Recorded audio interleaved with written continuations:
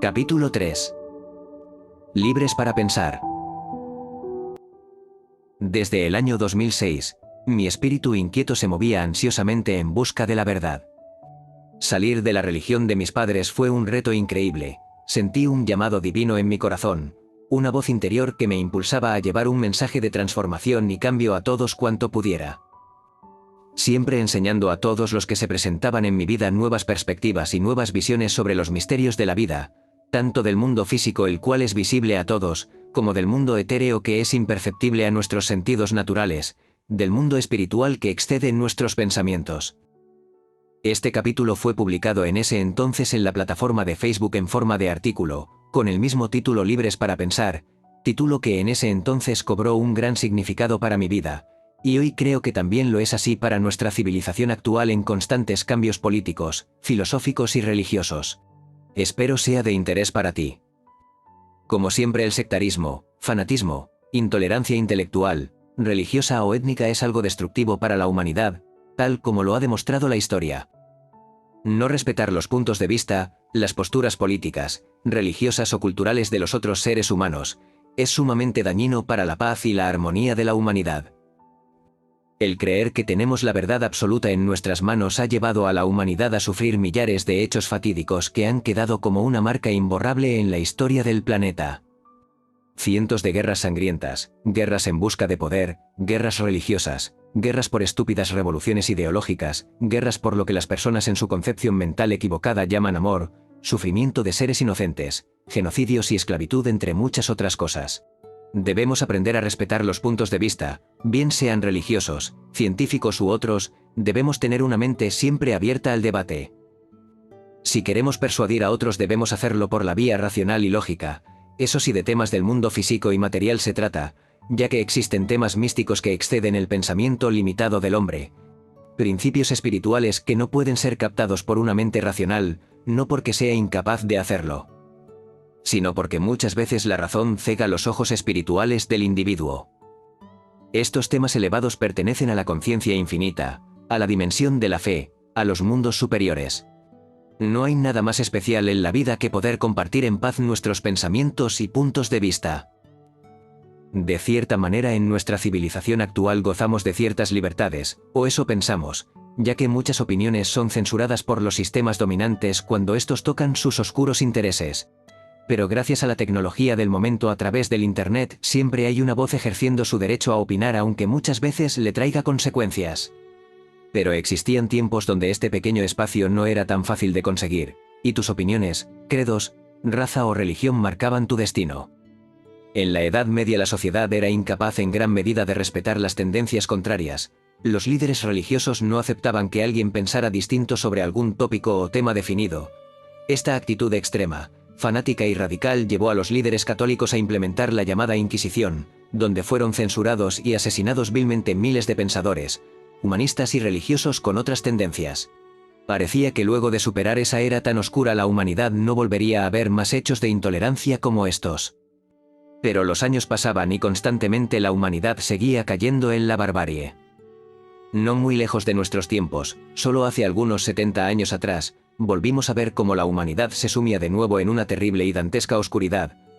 No porque fueran bárbaros o incivilizados, sino por el contrario, la humanidad de ese tiempo estaba en una etapa de intelectualidad y desarrollo tecnológico e industrial sin precedentes. Pero aún así, los pueblos del mundo fueron nuevamente dominados por el monstruo de la guerra y la intolerancia. En esa Segunda Guerra Mundial, que en realidad fue la continuación de la primera, Alemania se rindió a la ideología nazi, ante el fanatismo y ante un estúpido sentido de superioridad. Este falso sentido de superioridad no solo reinaba en la Alemania de esa época, sino que también lo hacía en todos los imperios europeos y también en Norteamérica. Aún más me atrevo a decir que esto no se ha superado por completo, y aún sigue vivo y camuflado por un falso humanismo. Adolf Hitler no fue una cuestión del azar, fue creado por los pensamientos de toda una nación o quizás de todos los imperios de los últimos 2000 años. El deseo de poder, el deseo de ser superior, el deseo de ser los elegidos de Dios produce este tipo de barbaries. La diferencia entre Hitler y otros personajes que buscaron lo mismo que él, es que él no se quedó solo en las teorías, él quería llevar a la práctica todas las teorías que otras personas antes que él habían diseñado. Había decidido crear un mundo de exclusión, censura y superioridad racial, odiando a todo el que no poseyese casta o pedigrí. Las etnias que según él no poseían pureza racial eran inferiores, aquellos que tenían un pensamiento político distinto debían ser eliminados. Esto trajo una década de muerte, abusos y tragedias. Este pensamiento llevó a este pueblo intelectual y avanzado a apoyar uno de los mayores genocidios que hayan sucedido sobre la Tierra. Solo superado por el genocidio hecho contra los pueblos aborígenes de las Américas por mano de los colonialistas europeos. Dicha masacre, según los expertos e historiadores, alcanzó los 30 millones de nativos americanos a lo largo y ancho del continente americano. ¿Cuáles son las principales razones de que estas cosas ocurran? La principal razón es la codicia. Estos personajes que aparecen en distintas etapas en el mundo, son impulsados por un gran deseo de poder y gloria. Según los invasores europeos, los nativos americanos eran salvajes y estaban en la categoría de animales irracionales, por lo tanto no tenían sentimientos, emociones, y eran seres sin alma y alejados de Dios. No podían expresar sus opiniones libremente, sus opiniones no valían para nada, estaban totalmente amordazados. Creo que unos de los que soportaron con más fuerza este sistema represivo y segregacionista en las Américas, fueron los descendientes de los esclavos africanos llevados a los Estados Unidos.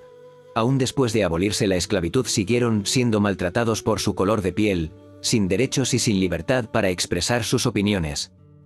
Fue solo hasta la aparición de hombres como Martin Luther King Jr. y el movimiento de derechos civiles en 1954, que se comenzó a llevar a cabo un cambio más contundente en la sociedad norteamericana. Aunque no sin un alto costo, muchos luchadores que expresaron libremente sus pensamientos fueron cruelmente asesinados. Martin Luther King fue uno de ellos. Pero sus palabras quedaron marcadas en la historia en su discurso, "Yo tengo un sueño". Por todas esas experiencias negativas del pasado, es que cada día debemos limpiar nuestras almas de toda esta clase de pensamientos destructivos, limitantes y retrógrados. El pasado debe servir como una lección para no repetir este tipo de acciones.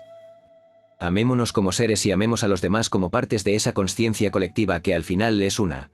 Entendamos que el Creador infinito permite nuestra existencia para que podamos evolucionar interiormente, para que alcancemos nuevos niveles de conciencia, para que comprendamos que somos más que un cuerpo biológico, más que un cúmulo de pensamientos y razonamientos, que tenemos una conciencia pura esperando ser manifestada.